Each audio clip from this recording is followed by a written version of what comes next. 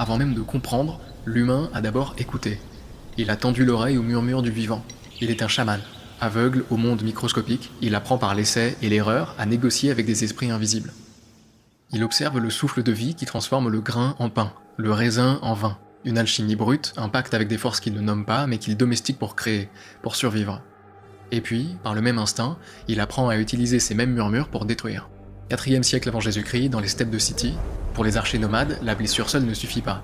Dans un acte de génie tactique, ils trempent leurs flèches dans un mélange de fumier et de vipères putréfiées, transformant la moindre égratignure en une infection mortelle. 1155, Tortona, assiégée par Frédéric Barberousse, la ville résiste.